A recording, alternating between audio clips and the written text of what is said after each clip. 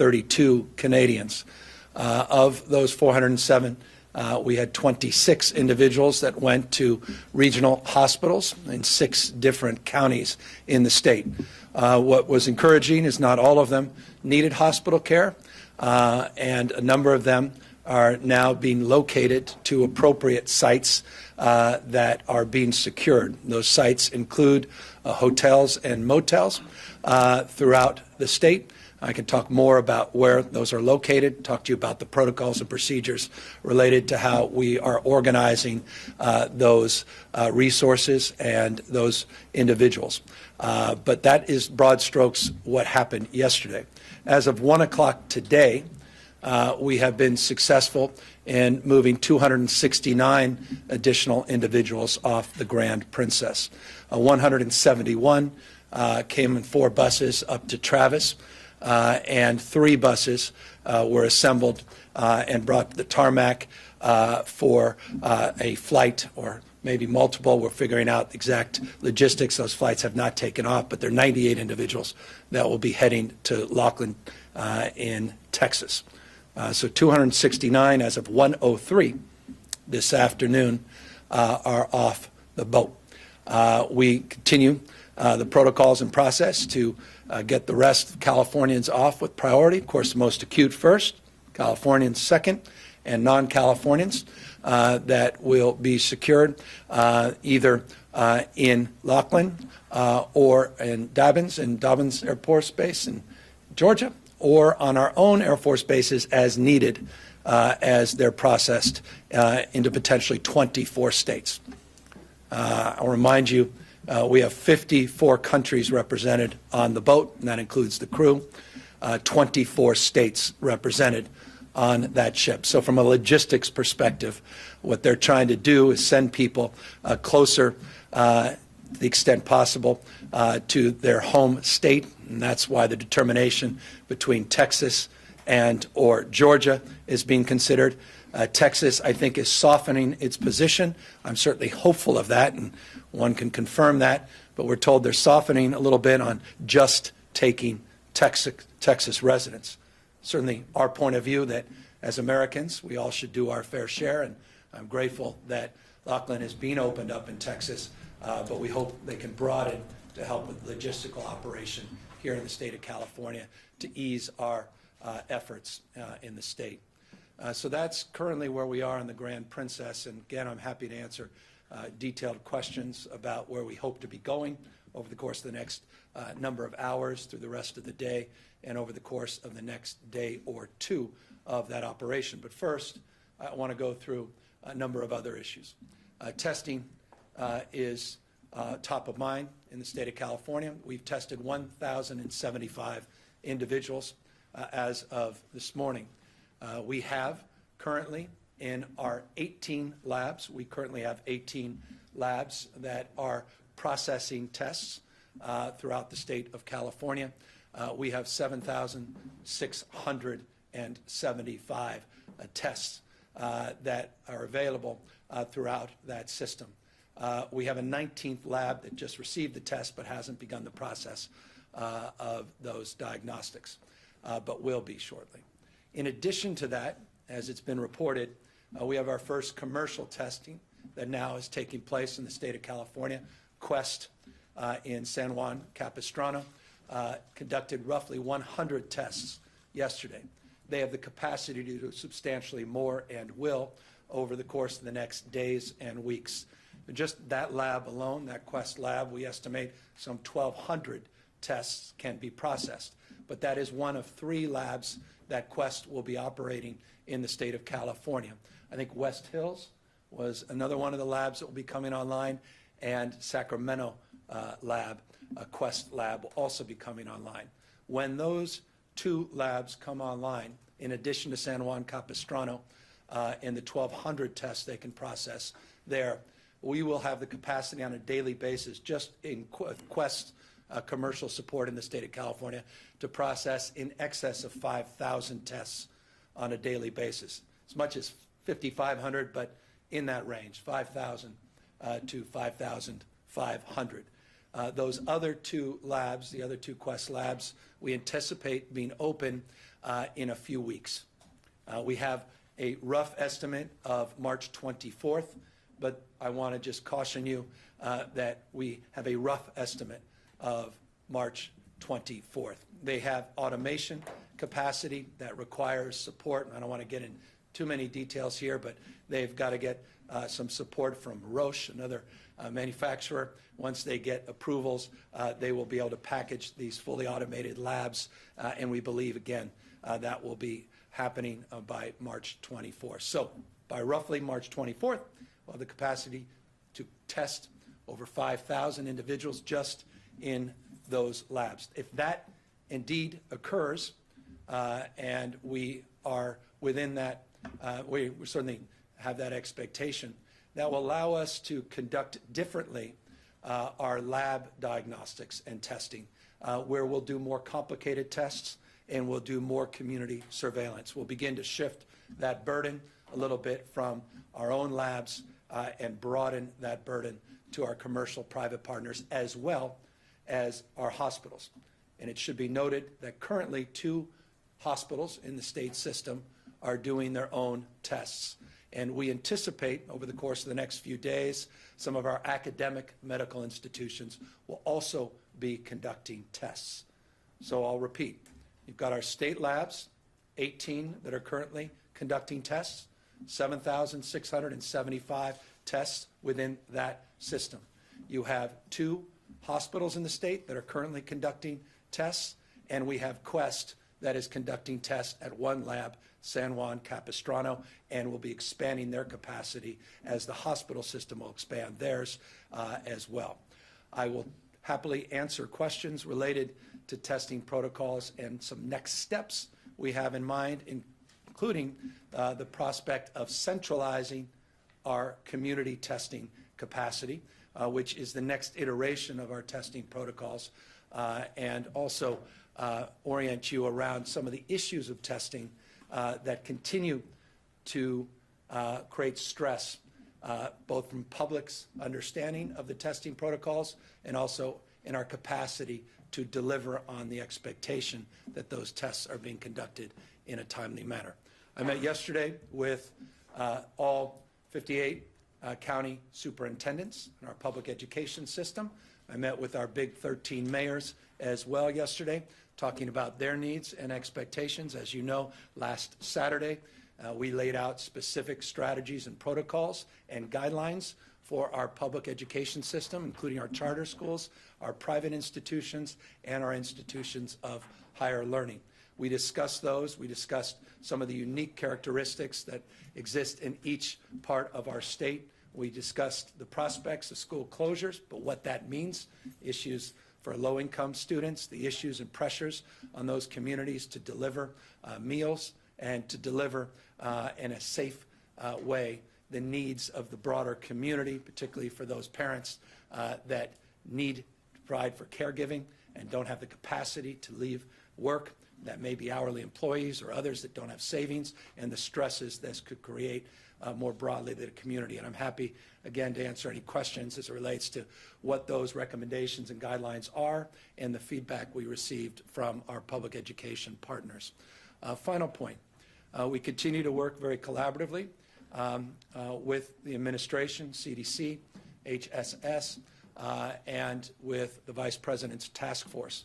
As in addition to that, we're also working very collaboratively with other governors throughout the United States that are offering insight, best practices, and sharing information in real time as we iterate and move into the next level around the issue of COVID-19. So that is an overview broadly of where we are, and I'm happy to answer any questions about next steps, again, on testing, what I think will happen with social distancing, what has already happened in Santa Clara County as of yesterday as it relates to guidance related to large events, where we anticipate being there, our capacity as a healthcare delivery system to meet the needs of those that may test positive, and of course to deal situationally and quite substantively with the next few days of moving people off the Grand Princess and getting that Grand Princess back out or rather back out into sea. So happy to answer any questions. mainly on the crew of the cruise ship. I'm not sure who's best able to, but why are they being kept on board if there's it wasn't deemed safe for the passengers? Are they being separated? Where is it going to be taken? And as far as getting the passengers off, they were kept together. Was that deemed safe in some fashion there? Yeah, the crew, there's 1,113 crew members. A disproportionate number of them are from overseas. We are working with the consulates, consul generals, and others, and our foreign counterparts, the State Department, about the prospect of repatriating members of the crew. But the crew are staying on board to make sure that passengers are secured and to make sure that they have the capacity, once the passengers are processed, off-boarded, not only California residents, but non-California residents and foreigners, not just the Canadians, of which 232 were repatriated in Canada, but other foreigners are repatriated in their home countries, to make sure that they can move that boat out, they can operate that boat, and they can get that boat safely out to sea. As you know, we had original 21 tests positive. 19 of them were crew members. 2 were individual passengers. Of the 2,421 passengers, we are processing those 2 individuals. We processed them yesterday with priority because they tested positive. They're part of that 26 individual cohort that was sent out into 6 different counties for support and care yesterday. As it relates to the protocols of how we process individuals, as I noted, those most in need first, Californians second, non-Californians third, and ultimately we'll deal with the crew. But within that are the challenges and protocols of keeping families together, which is never easy. Someone may have symptoms, someone may be asymptomatic, someone may have a loved one that wants to travel with an individual that we may deem necessary to go to a hospital to get further diagnostics. Consequences of that are difficult, so we're in real time trying to figure those protocols out. Some of those have been written about. Some of those are heartwarming stories. They're human stories, and we have to make decisions in real time of how we conduct and process those. But we're trying to keep families together. That's a top priority for all of us, and working within the healthcare system to do that in a safe and secure manner. We're also trying to alleviate the stress, and I will acknowledge this. All 26 individuals didn't need to go to the hospital. In many respects, that's a good thing, because the worst thing we could have done is not send people to the hospital and then found out later they should have been sent. In this case, through an abundance of caution, they were sent, and not everybody needed to be in the acute environment. That's good news, which means we can then move them. But for those individuals, they had preferred not to have that first step. Now we're moving them to multiple locations. We are securing hotels and motels in multiple sites throughout the state of California. Have been working on this process for the last week or so since we first anticipated the ship arrival into Northern California. Those include sites in Monterey County, State Park, that we have secured 8 rooms for individuals that are in the Santa Clara system that were sent yesterday. We have sites in and around Burlingame and San Carlos that are safe and secure, sites that are quarantined, where there's no community engagement. Again, these are people that don't need to be in a hospital, but will be sent here anyway for an abundance of caution to complete their quarantine period. These are the folks that are not being quarantined for the 14 days on the military sites. Again, Travis being the only site currently we have sent individuals for quarantine. Miramar will be the next site where we'll begin to process people in Southern California, closer to San Diego. So that gives you a sense of some of the geographic areas of where people are. We have deeply well-established protocols as it relates to not only, again, securing those facilities, but making sure that the staff support and the medical support has the appropriate protective gear, and that people are processed in a very orderly and deliberative manner. So to follow up, though, that begs the question of, if we're doing all that for the passengers, why not something similar for the crew? Why are they being kept in those close quarters? Well, we're getting to the crew. We're going to take care of everybody in need. And to the extent anybody, regardless of whether or not they're passengers or crew, were in need of emergency care and acute care, they are being provided that. To the extent they're not, we are prioritizing, I'll repeat, those with most medical need, regardless of who they are, California residents, non-California residents, including foreigners, and then processing the protocols on the crew. And as I noted, originally, the expectation was all 1,113 crew members would be quarantined on the ship, and the ship would then be moored off the coast. That now is being reconsidered in this context, that there's the prospect that a number of those crew members will be repatriated. That's a work in progress with the State Department and with those foreign governments. And to the extent I have more information on that, I'll let you know. But no one has the details beyond what I've expressed, because those are current negotiations and conversations. Governor, in the state of California, we rely heavily on our county public health officials to make decisions for their own communities. And as we're shifting to social distancing measures, I'm curious if you think that's the best method, or if the state should have more control in terms of what we're doing overall. Many parts, one body. I mean, we're a nation state. This is not a small, isolated state. The state of California, 40 million strong, 58 counties, 480 plus or minus cities, local jurisdictions, school districts, county superintendents, local superintendents, independent school boards. So what we're doing is a bottom-up process, not a top-down process. We're providing guidance in concert and collaboration with the federal government, and we are sending that down.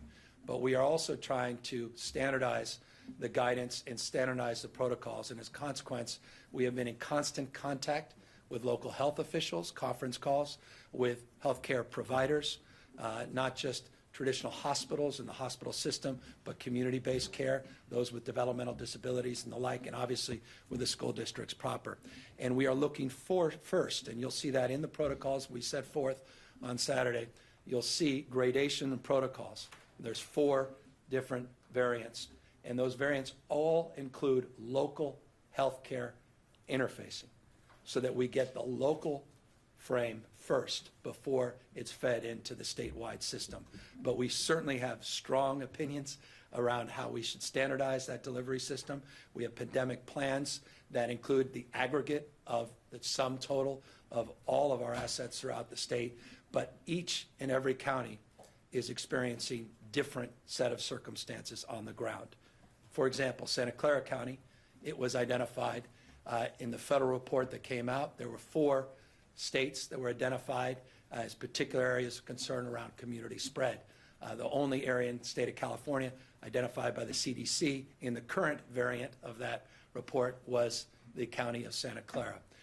So Santa Clara's protocols are going to be quite different than other parts of the state that have no community spread and have a different set of criteria and conditions. That's why we haven't set forth, and as an example, to have all 6 million of our public school students be sent back home, because in each and every district, each and every county, conditions are different. That also includes social distancing more broadly defined, not just with our public education, private education, or higher education system, but also with large events. Santa Clara, I thought wisely, last night advised social distancing for crowds larger than 1,000. I think it's inevitable. You're going to hear a lot more from other counties and communities advancing the same, and we are working in concert, advising, counseling. We put out guidance on social distancing, and we are advising many of those counties, and they are being very collaborative in terms of accessing the state expertise. As a follow-up on that, because you mentioned Santa Clara, we saw in New York State where they sent in the National Guard to a community that was just inundated, right? And I'm curious what you're thinking about in terms of using the National Guard in Santa Clara and what your calculation is. We're not there yet. I mean, this is a dynamic process, but I can assure you we're not there yet. I'm well equipped. Every California is well equipped of the incredible capacity of our Guard. They've been aiding and advancing our wildfire suppression efforts. As you know, I pulled a number of them off the border for what I thought was a political mission and moved them to help us with vegetation and forest management. They've been incredibly instrumental in not only prevention, but also some remarkable collaboration around suppression in the state. We have second to none, the best guardsmen in the United States. I would argue some of the most highly qualified individuals any jurisdiction in the world. But right now, we have no identified need to utilize them. To what extent are those local officials looking to the federal government for guidance, and do you get the sense they feel they're getting clear enough guidance from the federal government? I think it really is a bottom-up frame. I think you go local, you work with your regional partners, your relationships, then you link into the state. And I think the state really is point in that respect. As it relates to the operations on the Grand Princess, that's different. That's through this framework called ASPR, which is under the HSS agency, and that's in partnership with CDC. They're leading that mission with the support of the state. But as it relates to local decisions, we localize those decision-making trees, and then we work hand in glove with the state providing the kind of guidance that we benefit from our analysis on the ground of other counties, but also our daily interaction. And I say daily, almost hourly interaction with the federal government that is also advising some of that. Governor, how are you feeling about the state's supplies of like emergency gear ranging from, I mean, we've talked about masks, but also I know the state used to have these giant like portable tent hospitals in its possession. Do we still have those, and what's the status of the supplies? Well, you may recall, I was standing here a few weeks back talking about another challenge the state has, and one would appropriately refer to it as a crisis of homelessness. By the way, that is also very relevant in the novel coronavirus conversation, and we have an advisory coming out on that. In fact, just interestingly, been working on that all morning, and that will come out later, we hope either today or early tomorrow morning. But as it relates to the fundamental frame, and now I've lost my train of thought moving off the homeless, but to the broader issues of making sure, what was your question again? Forgive me. Status of the supplies and Yes, also supplies. the We are amply supplied. As you know, we had the 21+ million masks that we had already stored from our previous pandemic plans and supplies. A lot of them were in cold storage, and we worked with the FDA, we worked with the CDC to avail ourselves of the utilization of those N95 masks, the higher quality masks. We have appropriate protective gear. But I will make this point, the gloves and the masks and the kind of protective gear that's required to do the kind of testing that I hope we'll be able to advance. We are monitoring that closely, and that's why I think it would be wise, and I made this point just a moment ago, on centralizing some of our community testing. We're looking to do that. Mark Galley, who's here, has been directed to put together a team that includes Kaiser, UC, Stanford University, and others. They're already organizing a framework, potentially centralize these testing hubs. That would also reduce the stress of the personal protective equipment and make sure that we have ample supplies, and also would help advance our testing protocols. We're also working with Quest to provide for the diagnostics of those community centralized tests.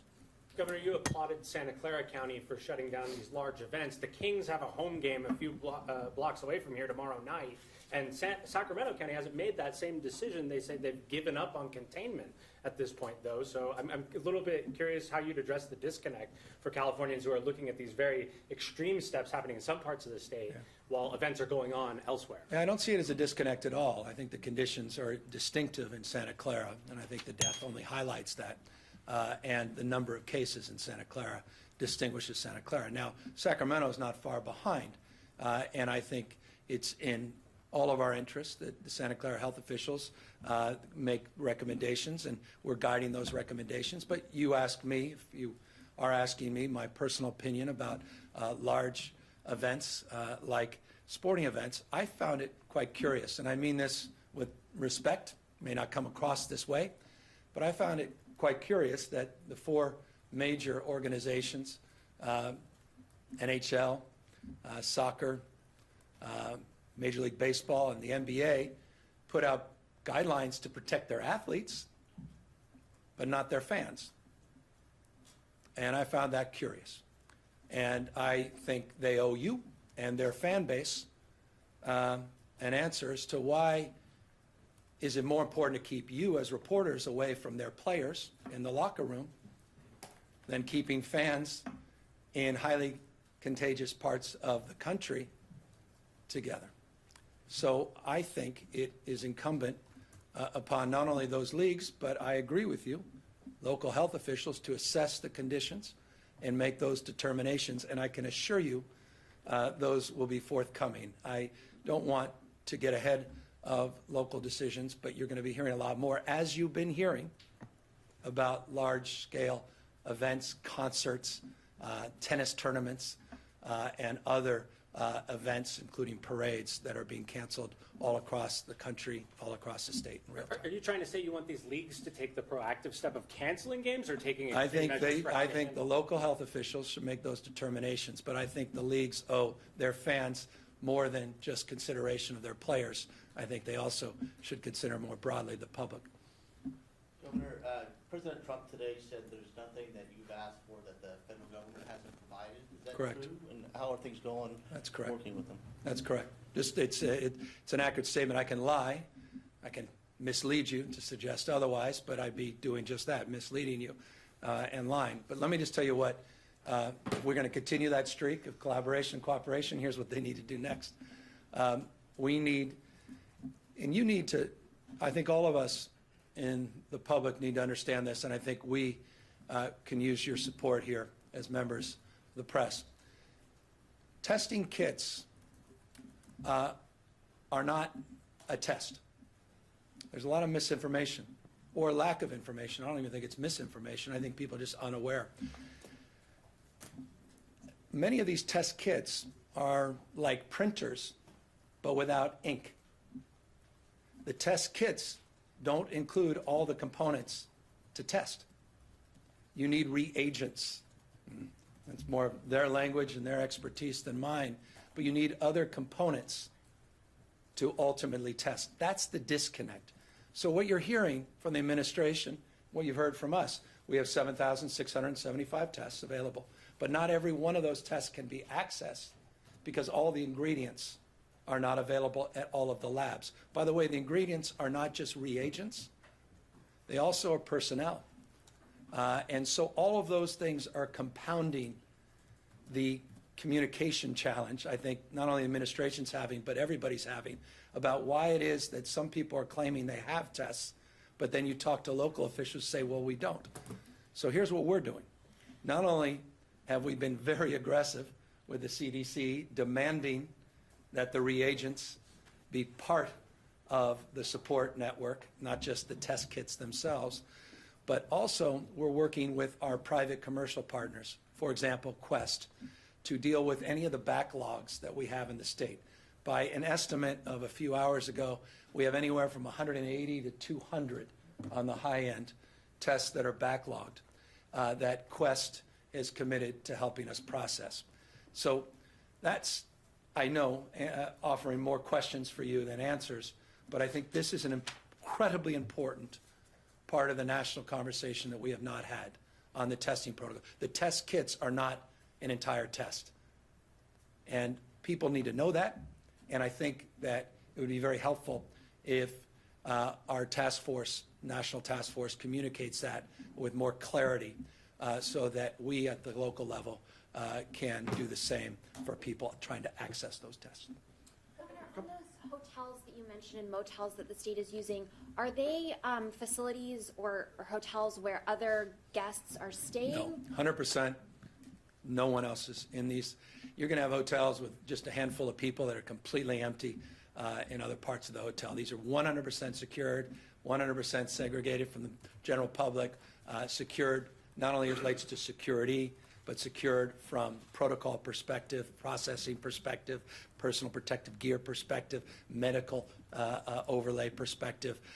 These are perhaps some of the most safe sites in the community because of all of these additional protocols. And remember, these are not people that are symptomatic that need to be in the hospital. These are people that we're just monitoring through the incubation process that went into the hospital system first and were determined not to be needed, rather didn't need to stay in those hospitals. And again, our biggest focus right now is to keep people out of the acute care facilities that don't need to be in there so that we can provide access, not just for COVID-19 patients, but for the broader panoply of issues that we face on a daily basis, including the flu season. So why aren't they at the Air Force bases? They were processed off the boat in the priority that I established a moment ago. where we triaged the passengers, prioritized those that we felt were most in need medically, and they were processed as most in need medically. Let me give you an example. An elderly woman in a walker that people weren't sure, and they had tested. She wasn't necessarily, didn't have a fever, but she would be in a high concern category, and they felt there an abundance of caution to send her, as an example, to a hospital. Hospital comes in, says she's perfectly fine, she doesn't need to be here. Everyone's relieved by that, but now she's not in the bus to Travis or to Laughlin, and now we want to bring her into a community setting that's more appropriate, because she still may develop needs because she is in a position that's particularly vulnerable. And so we're trying to segregate people along those lines. This is just deep common sense and an abundance of caution. And sometimes in abundance of caution, you overcorrect. And I would say one of the protocols as of yesterday that will be improved is that triaging of those patients so we don't burden the hospital system. I think there was I don't want to say, there was a little concern with some of the hospital folks saying, wait, we have patients, but these are not people in acute condition. Again, thankfully, that was not the case, and we wanted to secure those hospital administrators were worried that we were going to see multiples of more individuals, so we've improved those protocols. Number two, we also have another protocol we need to improve, and that's self-evident. Many of you have cell phone numbers and Skype, and you're zooming in and talking to passengers on the boat, and they want to hear folks talk to them in real time. And to the extent they're listening to this, let me deeply empathize with those passengers, because they're watching the news, they're listening to the captain, they're not necessarily familiar in real time what's happening on the ground. That creates anxiety and stress. They don't know where they're going. Am I going to stay in California? Am I flying to Georgia? Am I flying to Texas? Am I ever going to get back home overseas? And so we are improving those protocols. It was a big part of our early morning readout, sort of our after action reporting from yesterday to improve real-time communication today. Trust me when I say this, that's a work in progress. But we're trying to get the captain to communicate more real-time information, and we're trying to provide that information up the chain to the captain so that those passengers who are deeply anxious and all they want to go is not just be healthy but get home, be with their loved ones, know when that will happen. And so that's being improved in real time as well. And along that line, any estimated timeline for getting them all off? Do you have a further breakdown on which other countries they came from? And will they have to do the full 14-day quarantine if they've already been isolated for close to a week on the boat? No, there's no time served, so to speak, in your cabin. It's 14 days from point of demarcation, in this case, for the California residents disproportionately to date. And to Travis, those will go down to Miramar, Laughlin, then the 14-day process begins. Number two, as it relates to number of countries, I mentioned, or rather referenced 54 countries, 24 states. We are assessing the exact locations or how the numbers that are attached to those locations. The vast majority were Canadians, the 232 I mentioned today, number from the UK, and then of course the passengers, or rather the crew members, disproportionate number from the Philippines and then other parts of the globe. And that's the State Department's job and responsibility role with our consul generals and others, foreign service folks, to address those needs. Some of those passengers are sharing letters with us that say the quarantine will be reassessed after 72 hours. Is there a change in protocol there? Yeah, well, I don't know. I can't refer to the letter. I have to take a look at that. Can you talk to us a little bit about the masks that the state has in its reserves? How many of those have gone out, and how are you prioritizing where they go? Yeah, well, we have 21 million. Where have they gone? So they're made available to the health systems that are requesting them. Additionally, as the governor mentioned, that as we shift our own protocols, the idea of how we test, we're expecting that each health system's sort of use rate might be slightly reduced so we can rationalize the distribution to the most needy areas. And as we get increasing need from community-based providers, we are continuing to ask for reserve or orders. We have other hundreds of thousands of other masks on order, so we're trying to keep up with that demand. But so far, we've been able to distribute them to locations that have needed them. These are healthcare facilities largely? Largely hospitals. We know that obviously there's standards for contractors and like, right? So that their employees have to use masks when they're so they're not inhaling drywalls and other things like that. How do you also meet those needs when obviously we're seeing a shortage of these kind of masks?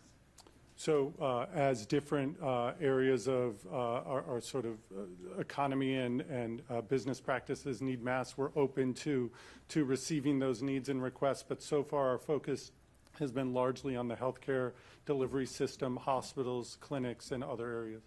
And I'm also curious for you, knowing that we had cases of this, in December in China and other places, when do you think realistically the virus could have spread to California? We obviously know when the first confirmed cases are, but when you're thinking about how this could have spread in the community over time, how long do you think it's been here? I mean, it's hard to know.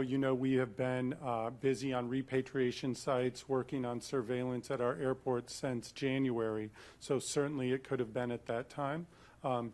We know that the transmission of the virus, there's an incubation period anywhere from a few days up to 14 days. So we aren't exactly certain when it first came into California, but we know that our surveillance systems, our home monitoring approaches have allowed us to early on identify the most serious cases. And as we move sort of through the progression of coronavirus across the state, that we'll have a chance to identify additional cases through community spread.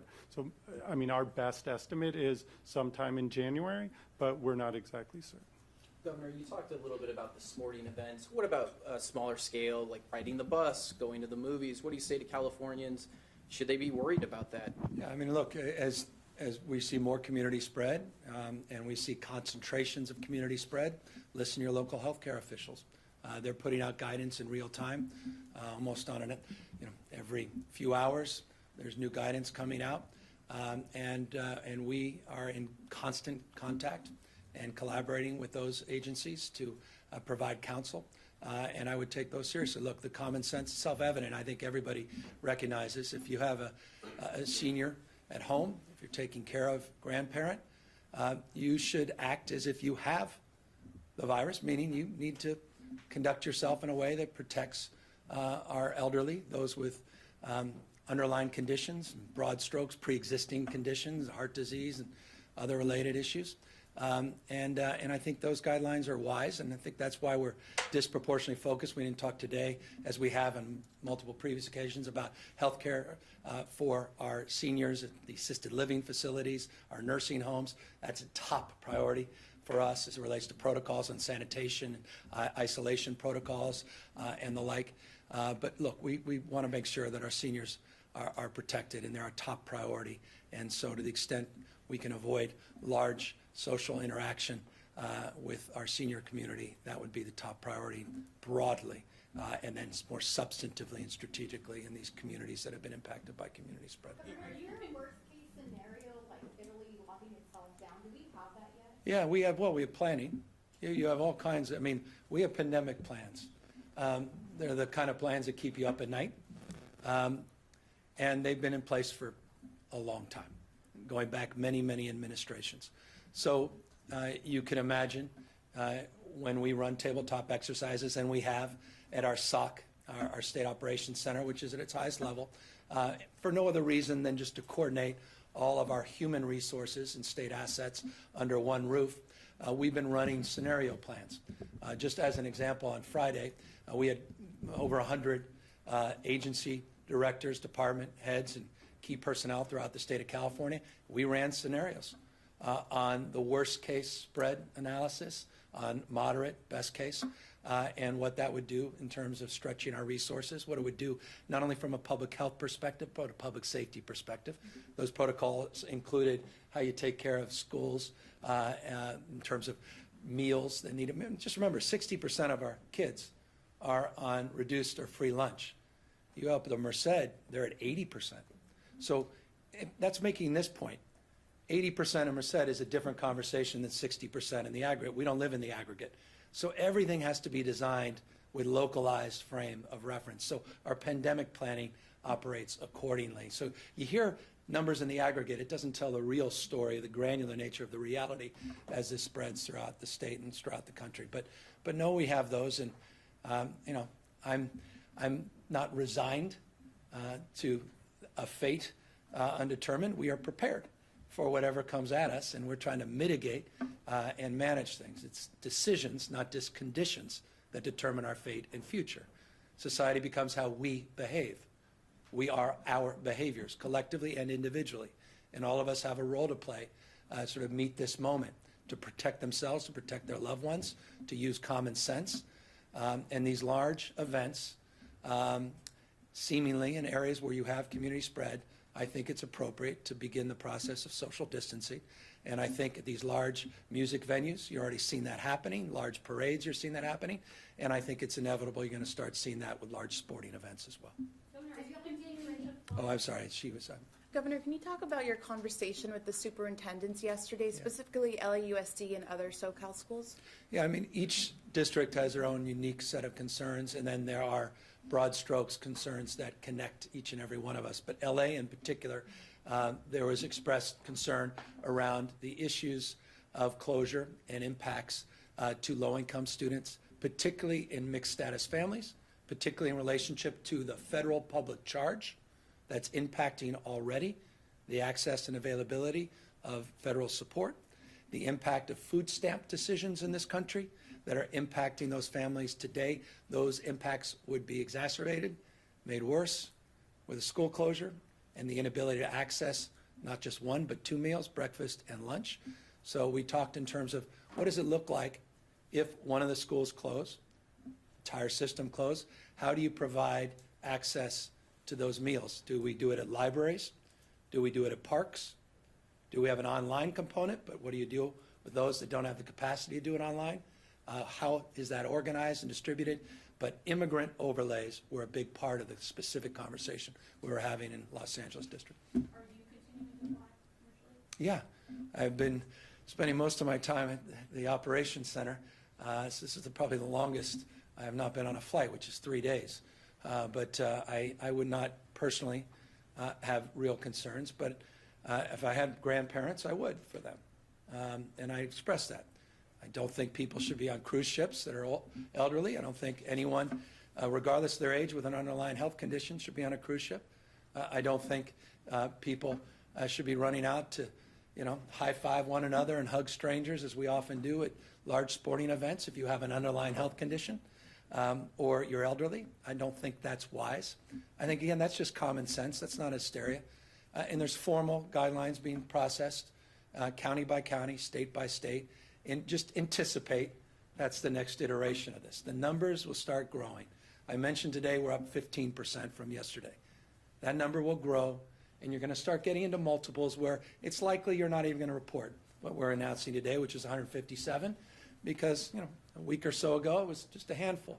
It's going to be multiples of that as we do more testing. That's inevitable, that you're going to capture more. And that could be a very comforting thing. We don't know what the numerator is. The more we test, gives us a better sense of what this really looks like. That's why the testing protocols are so critical. And it's so, I just want to reinforce, so important that we're honest with the American people about what these test kits are and what they're not. They're one component that requires other components. When we separate from the commercial labs, that's a significant issue. The commercial labs will mitigate and mollify that substantively because they have more automated technology. But it is something that I think goes to explain some of the disconnect you're hearing. We know how many people we've tested today. Again, it's 1,075 in California, but we just added 2 hospitals, and we're going to start adding the private clinics, and we're going to start adding other academic and other research facilities. That will then create a lag in the reporting. And I just want to warn you of that because right now the current protocol is if you test positive, the hospitals tell you every 14 days.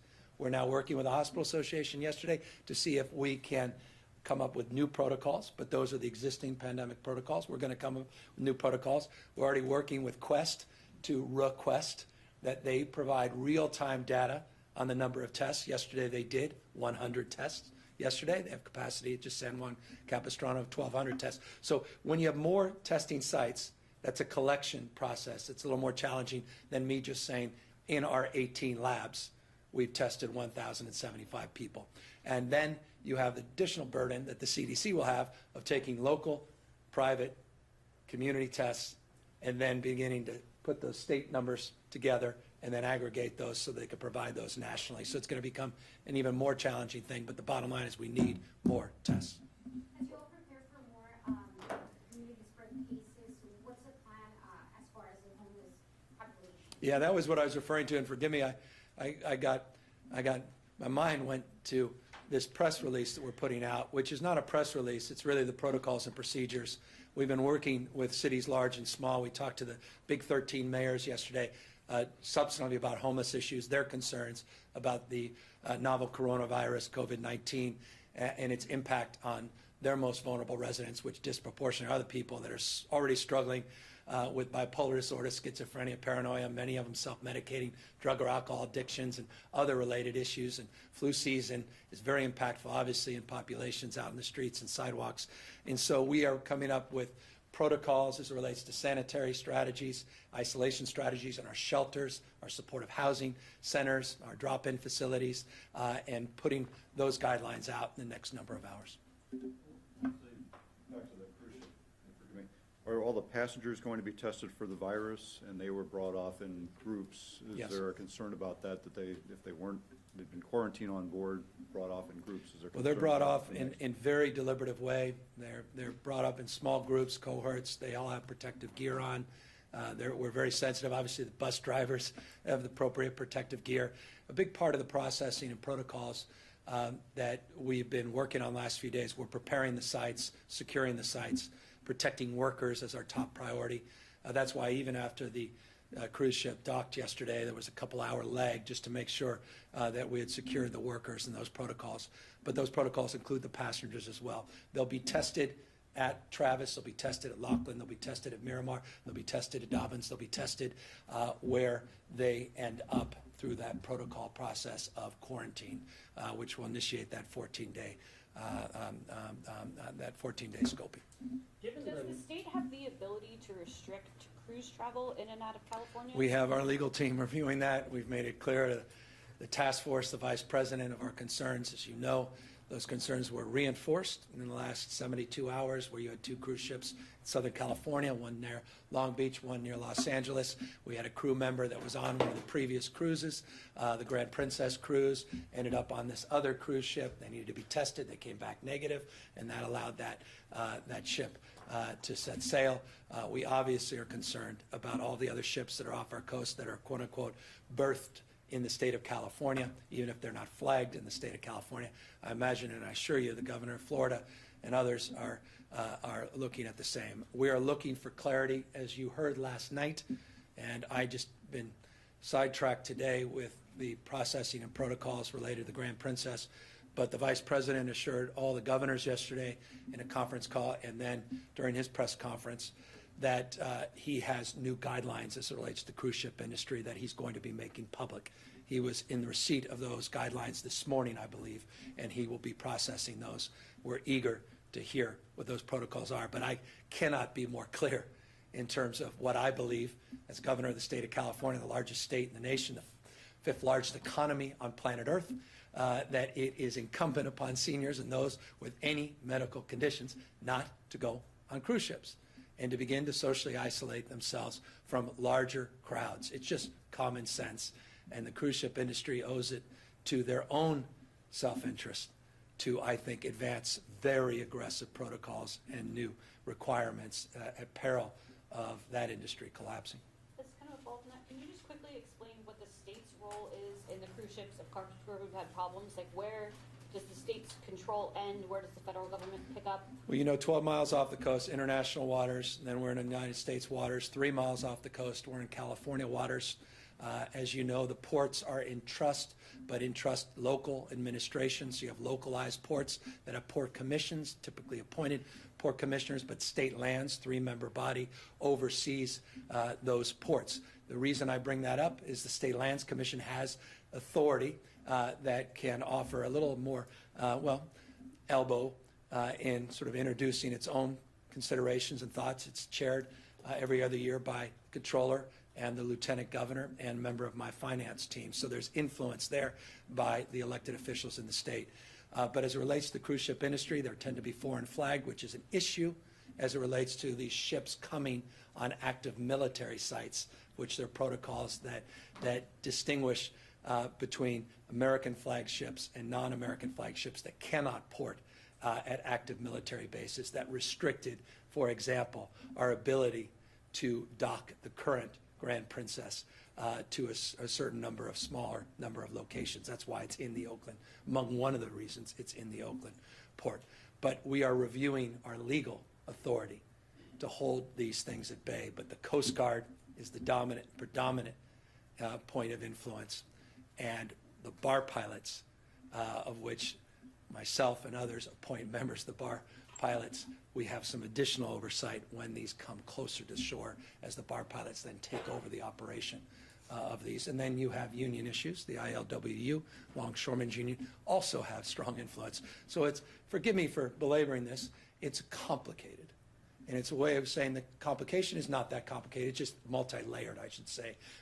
And we're getting some clarity on where the real fist of legal authority comes. When it comes to taking people off those boats who've been potentially contaminated or people who are sick, who is in control of that? Who's making the call? The federal government through ASPR protocols and CDC. They're running this operation and the protocols, but in concert with the state of California, our public health officials and local officials, be it the port and be it the members of the city itself, Mayor Libby Schaaf and her team, and the county, Alameda County, and their health directors. So it's a real partnership, but the direct line of authority is ASPR under HSS, CDC. They are the ones on board. They are the ones moving this protocol. Let me just make this point. The current process, and this goes to your question, you had a three-part question. I got to two of the three. Let me get to the final part. At the current processing, we're going to be behind. So we want to see that processing stepped up. We're trying to get to about 100 people every hour. And we want to see that happen. And so that's a work in progress. And we're just in, we have barely been in 24-hour rotation of operation now. So we're getting a different cadence. I gave you the number of people that are already off, 407, 269 today, and then the 230, we went through all those numbers. But we're going to need to see an increase in those processing in order to turn this ship around. We don't want to see it here for more than a week. We want to see it here for 72 hours. But look, we're going to do what we need to do to keep people safe, keep people healthy. But we made commitments to the port. We made commitments to the mayor's office. We were given commitments and assurance by the federal government. I'm not pointing fingers. Any logistics operation with human beings, there's an element that constantly requires adjustments. And I can just assure you that we anticipate more adjustments over the course of the next 24, 48 hours. Governor, on the budget, what the fiscal impact from this at this point, any early estimates? Yeah. So my budget, which I presented here a number of months ago, $222.2 billion budget. It's my opportunity to remind the rest of you and the American people that California runs surpluses. It balances budgets. We anticipated on the January budget, we had $5.6 billion budget surplus. And we projected by the first quarter of this year, that the S&P would be at 3,120. It's lower than that, but it's, that was our estimate. We don't live and die by the S&P, but we are impacted by the S&P, perhaps more than many other states, because of the volatility and the nature of our tax structure. So we're watching this closely. And that's the wonderful thing about our process, is we're always watching it closely.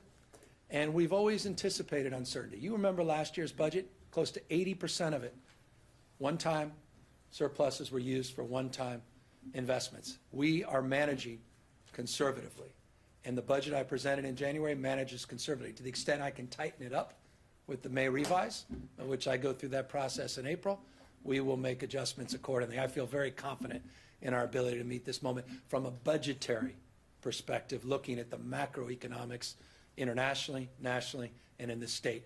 But we have to look at household economics as well, and this is where I'm anxious. All of us are anxious. I'm a small business person, as you know, but with a blind trust, so I won't speak to what I don't know, which is how the businesses that I founded are faring in this economic environment. But I'm well aware of the anxiety that people in the service industry are feeling, people in the care sector are feeling, particularly about their public health, but also their hourly wages. Those that are janitors, those that work hard every single day, about a third of the population of the state of California working full-time, earning less than $15 an hour, that do not have savings, even in an economy as strong as ours has been, don't even have the ability to access a few $100s in an emergency. Those most vulnerable Californians and Americans are top of mind, and that's why I'm very encouraged by the discussions in Washington, D.C., on Capitol Hill. Been in constant communication with Speaker Pelosi's office. Our two senators talked directly to Speaker Pelosi 48 hours ago about specifics related to the $8.3 billion appropriation. But in addition to that, talked to her specifically about unemployment insurance and how she could impact some changes that allow people to access UI more quickly. It's an interesting and perverse fact. To get unemployment insurance, you have to be actively seeking work. Well, in this environment, that's a little more challenging. So we have a number of provisions that need to be waived. Also, the ability to access UI more quickly. We also are concerned about sick leave and the availability of sick leave. Of course, California, one of the best states for its requirements for not only its own employees, but also more broadly for state-run businesses.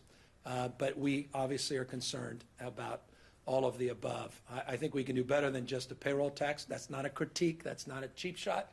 I happen to personally believe, but I'm just a governor, of employment insurance, not unemployment insurance.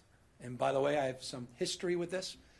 When I was mayor of San Francisco during the economic downturn, we took a portion of the stimulus money, tens of millions of dollars, and rather than doing unemployment insurance, we subsidized directly and reimbursed employers to keep employees employed, even if they weren't at work.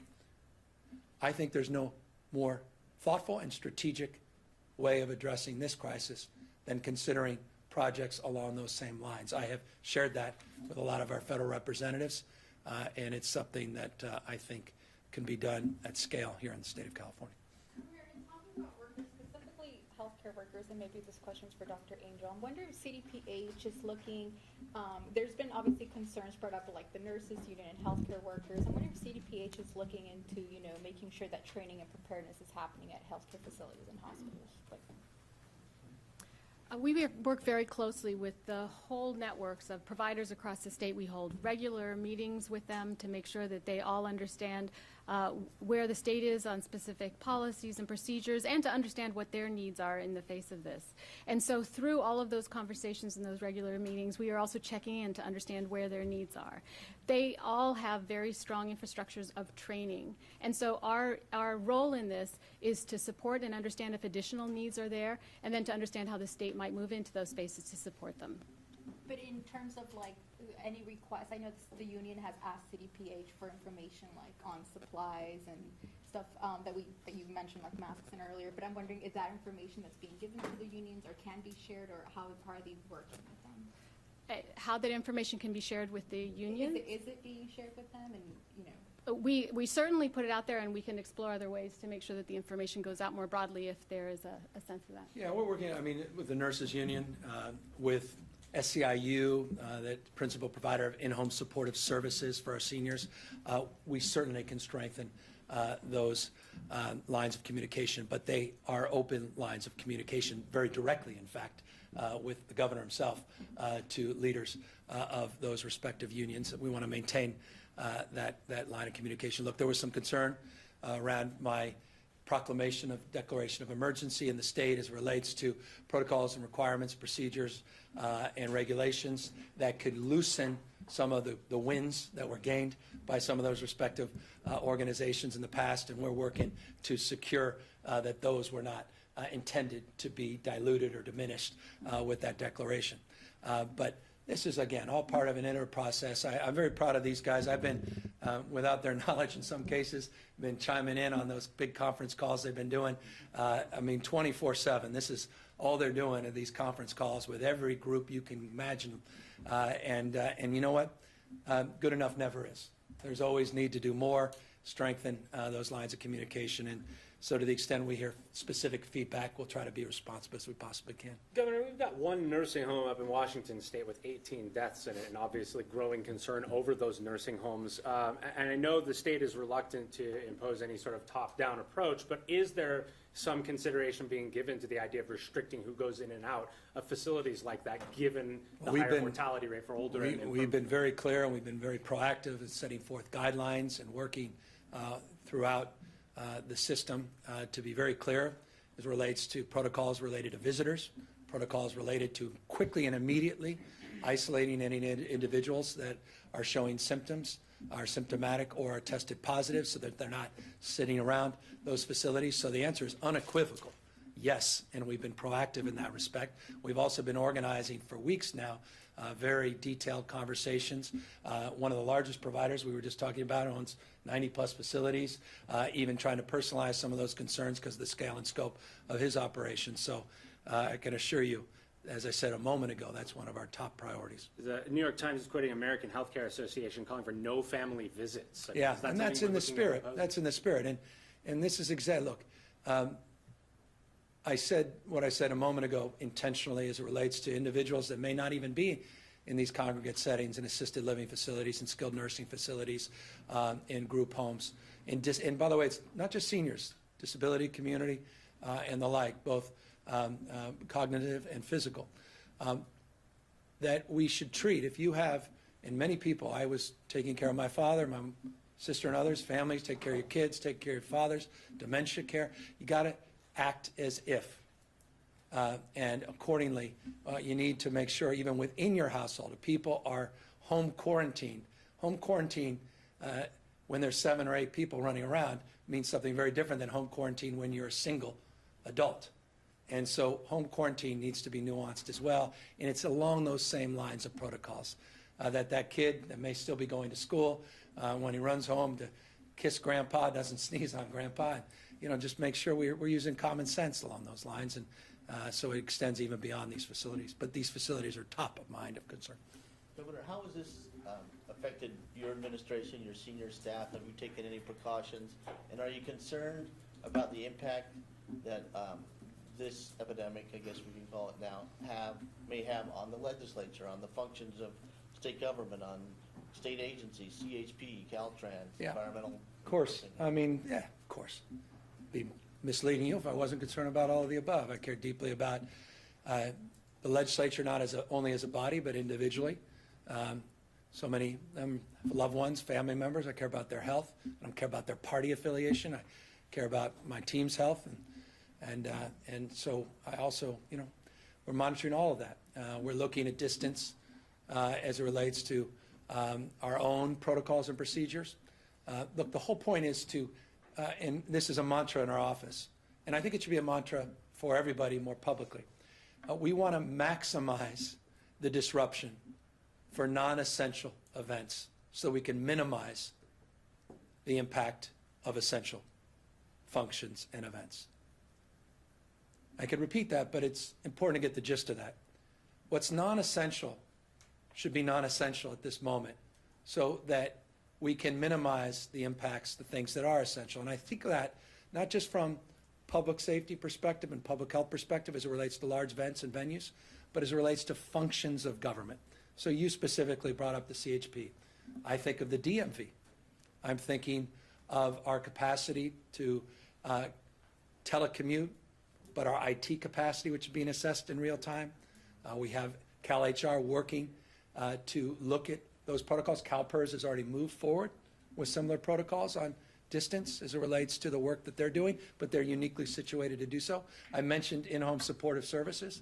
I'm worried about that cohort of Californians where we have caregivers, many of them seniors themselves, taking care of other seniors with all kinds of unique challenges with socioeconomic concerns. So all of those things are, I can assure you, being assessed in real time, and we're taking them very, very seriously. Governor, on the DMV, which you mentioned, are you worried about the influx of people who are going to be coming in for their real IDs, and Yes. what's the status of conversations about that? Well, that was going to be a challenge in the perfect. I mean, that's coming up this October. You guys were ready to pounce on that, and I know that. So we We've made progress. You remember I stood up here during that budget presentation and said we're a lot better than we were a year and a half ago, but that's a middle of the road process point, meaning we're well underway of reforms that have a long way to go. But the Real ID stress is not unique to California. I think that exists and persists, I know, in every other state in this country. It may be an opportunity for the federal government to consider, and the aggregate, the totality of that burden as it relates to how this coronavirus, this novel coronavirus spreads. We'll see. There's a sense maybe in the summer it modulates, mitigates. We see numbers start stabilizing, but big concern potentially in the fall. And so these things have coincidental time. This is October in the fall where that anxiety may increase on the need to get the Real ID, but also around the time this novel virus may be coming back with some fury as well. So we'll work with the federal government on that, and we'll certainly work with our DMV field offices. By the way, those field offices are encouraging you to go online. We've already stepped off our sanitation work and protocols, not only with Purell and other, forgive me for advertising that product, but other products that individuals can access that really do need their IDs for just day-to-day functions, not just driving. But we really encourage people to go online because you could still do a lot of work, automated work, to minimize the time you may even need to be in a field office. We're not, this moment, closing down any field offices, but this moment is not a moment in the future. We'll have to assess that in real time, particularly in communities where you're seeing the spread. But I encourage, we are already working, I encourage people to try to find ways to avoid long lines on the natural, but this may be a perfect opportunity at the DMV. Governor, Sir. In regards to the 14-day quarantine, this is probably for the health part of it, recommendations change for that? Sacramento, Placer, and Yolo have stopped telling people about not quarantine. Yeah, well, I'll let them answer. We were having this conversation before we walked in. So an individual who has been exposed to somebody who has known COVID-19 or has been to one of the countries where it's moving should be quarantined for 14 days. The reason that it's 14 days is because that's the incubation period. So from the moment that you could have been exposed, if you're going to develop it, you will develop it over the 14 days. So that's the most important time for you to stay isolated, for you to not be around other people where you might be able to pass it to others. So the 14-day quarantine is what is recommended for those who've been exposed.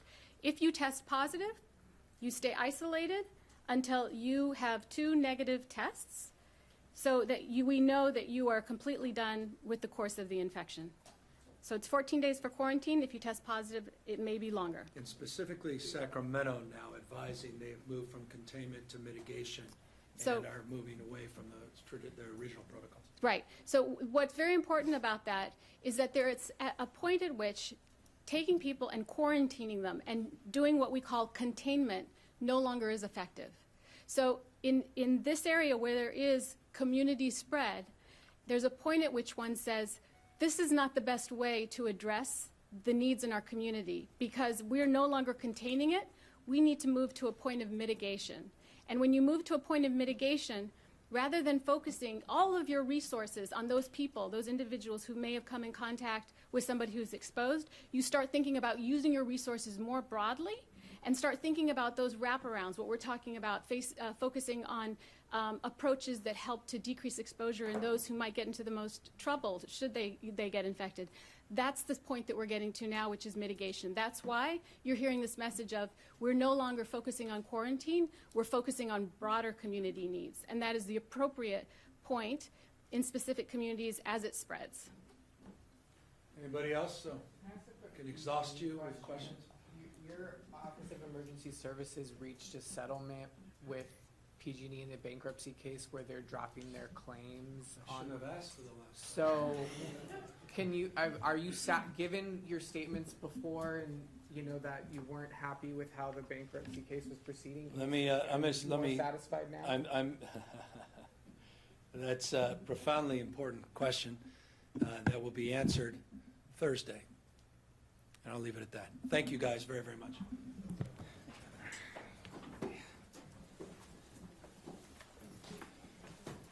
Anyway, let's so politely for that.